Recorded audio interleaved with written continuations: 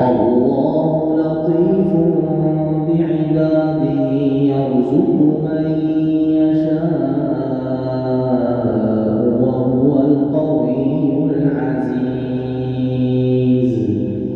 من كان يريد